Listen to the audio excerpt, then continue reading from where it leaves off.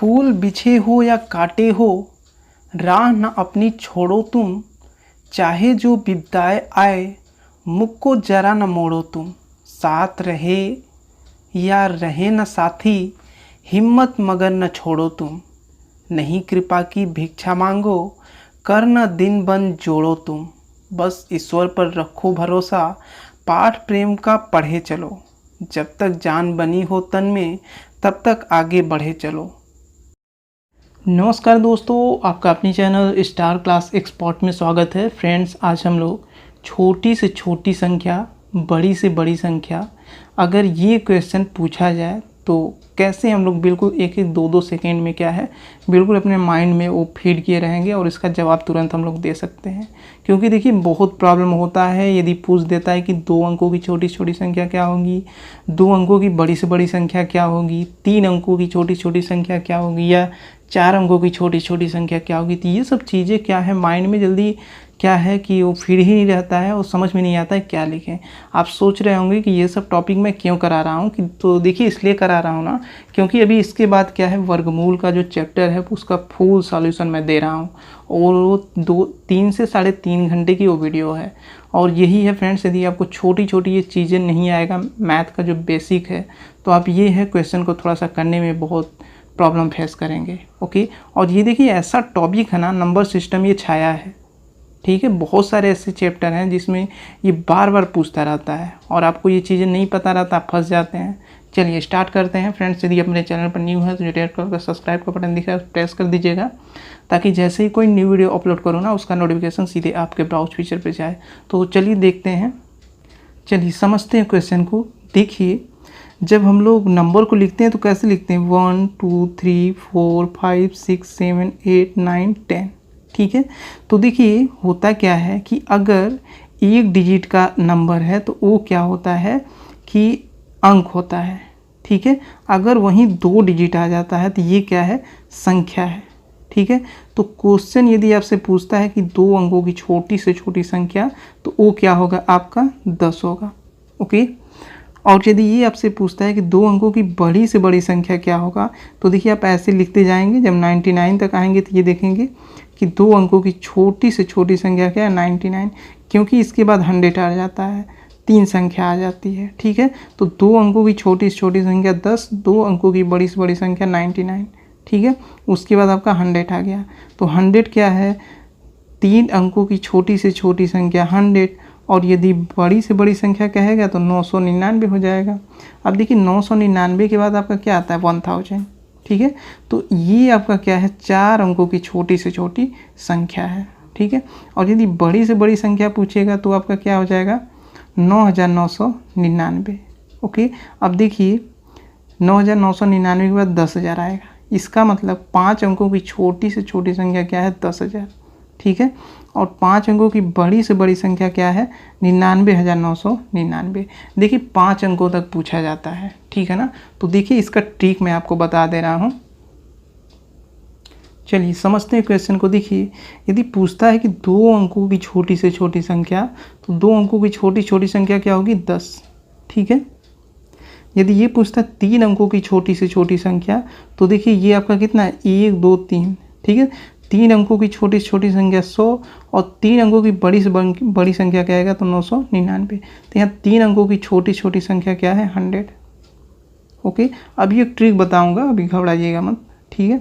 देखिए 4 अंकों की छोटी से छोटी संख्या क्या होती है, ये देखिए 1000, ये 4 अंकों की छोटी छोटी संख्या है। बड़ी से बड़ी कहेगा तो 9999। तो चूंकि छोटी से छोटी कह रहा है तो ये आपका हो जाएगा 1000। ओके, नेक्स्ट आपका है 5 अंकों की छोटी से छोटी संख्या। तो देखिए 9999 के बाद 10,000 हो जाता है। तो ये क्या है, 5 अंकों की छोटी से छोटी संख्या क्या है, 10,000। ओके, तो ये आपका 10,000 हो गया। अब चलिए बड़ी से बड़ी संख्या देख लेते हैं। तो देखिए बड़ी से बड़ी संख्या, 2 अंकों की बड़ी से बड़ी संख्या क्या है, देखिए 2 अंकों की छोटी से छोटी संख्या 10, बड़ी से बड़ी संख्या क्या होगा, 99, और 3 अंकों की बड़ी से बड़ी संख्या 999। अभी एक ट्रिक बता रहा हूँ, थोड़ा भी घबराइएगा मत। 4 अंकों की बड़ी से बड़ी संख्या 1000, ओके। देखिए 4 अंकों की बड़ी से बड़ी संख्या 9,999 होगा ना, क्योंकि ये तो छोटी से छोटी संख्या है, ठीक है। अब 5 अंक में आते हैं। 5 अंक में बड़ी से बड़ी संख्या 99,999, ठीक है। अब आइए इसका ट्रिक देख लेते हैं। चलिए ट्रिक देखते हैं। देखिए यदि आपसे पूछता है कि 2 अंकों की छोटी से छोटी संख्या बताइए, ठीक है, तो देखिए यदि 2 अंकों की छोटी छोटी संख्या कहता है तो आप क्या करेंगे, 2 में से 1 घटा देंगे, ठीक है। तो 2 में से 1 जब घटाएंगे तो कितना बचेगा, 1। इसका मतलब क्या है, आपको 1 0 लिखना है, ठीक है, उसके बाद 1, ओके। अब यदि आपसे ये कहता है कि 3 अंकों की छोटी से छोटी संख्या, 3 में से 1 घटाइए तो क्या होगा, 2, उसके बाद 2 0 मतलब लिखना है, तो इसका मतलब 100, ठीक है। और यदि 4 अंकों की छोटी छोटी संख्या का था तो 1 घटा दीजिए तो कितना हो जाएगा, ये हो जाएगा आपका 3 0। और यदि 5 अंकों की छोटी छोटी संख्या का था तो 5 में से 1 घटाइए तो होगा आपका 4 0, ठीक है। तो ऐसे ही आप बिल्कुल सिंपल वे में निकाल सकते हैं, लेकिन अब चीज़ों को आप समझ गए हैं तो कोई प्रॉब्लम नहीं होगा, ठीक है ना। चलिए इसको देख लेते हैं। चलिए इसका ट्रिक देख लेते हैं। देखिए बड़ी से बड़ी संख्या, ये तो बहुत ईजी होता है। यदि 2 अंकों की बड़ी से बड़ी संख्या कह रहा है तो आपको क्या करना है, 2 बार 9 लिख देना है, ठीक है। यदि कहता है 3 अंकों की बड़ी से बड़ी संख्या तो 3 बार क्या करना है, आपको 9 लिख देना है, ठीक है। यदि ये कहता है 4 अंकों की बड़ी से बड़ी संख्या तो आपको क्या करना है, 4 बार 9 लिख देना है, ओके। यदि ये कहता है 5 अंकों की बड़ी से बड़ी संख्या तो ये आप 5 बार क्या है, 9 लिख देना है, ठीक है। ऐसे अब क्या है, आप ज़िंदगी भर इसे कभी नहीं भूल पाएंगे, ठीक है ना। चलिए नेक्स्ट देखते हैं फ्रेंड्स। चलिए 2 पॉइंट और है, इसे आप देख लीजिए। देखिए होता क्या है कि यदि क्वेश्चन आ जाता है जैसे वर्गमूल प्रश्न कैसे ज्ञात करें, मतलब जो वर्गमूल वाले क्वेश्चन आते हैं, यदि देखिए आपका बेसिक नहीं आपका फास्ट रहेगा तो आप वर्गमूल वाले चैप्टर में कई जगह फंस जाएंगे। यही रीज़न है कि ये जो मैथमेटिक्स का बेसिक है ये मैं करा दे रहा हूँ ताकि आपको क्या है, वर्गमूल में कोई प्रॉब्लम नहीं होगा। तो आपको 2 चीज़ें और सीखना है। वर्गमूल वाले यदि प्रश्न आते हैं तो उसको कैसे सॉल्व करना है, पूर्ण वर्ग क्या होता है, पूर्ण घन क्या होता है, ठीक है। ये 2 पॉइंट्स देख लीजिए, मात्र 2-3 मिनट लगेगा। चलिए देखते हैं क्वेश्चन को। देखिए मान लीजिए यदि इस टाइप का क्वेश्चन आ जाता है तो इसे कैसे सॉल्व किया जाएगा, ठीक है। तो देखिए फ्रेंड्स होता क्या है ना कि यदि एक साइड स्क्वायर रहता है और दूसरे साइड स्क्वायर नहीं है तो हम लोग क्या करते हैं, दोनों पक्षों में वर्गमूल लेते हैं। तो देखिए होता क्या है, जब दोनों पक्षों का वर्गमूल लिया जाता है तो होता क्या है, देखिए वर्गमूल यही होता है ना। तो चूँकि दोनों साइड लेना है, ये देखिए आपको क्या है, ये चीज़ें आप कभी नहीं पढ़े होंगे लेकिन आज देख लीजिए आप बेसिक में, आपका डाउट्स बिल्कुल क्लियर हो जाएगा, ठीक है।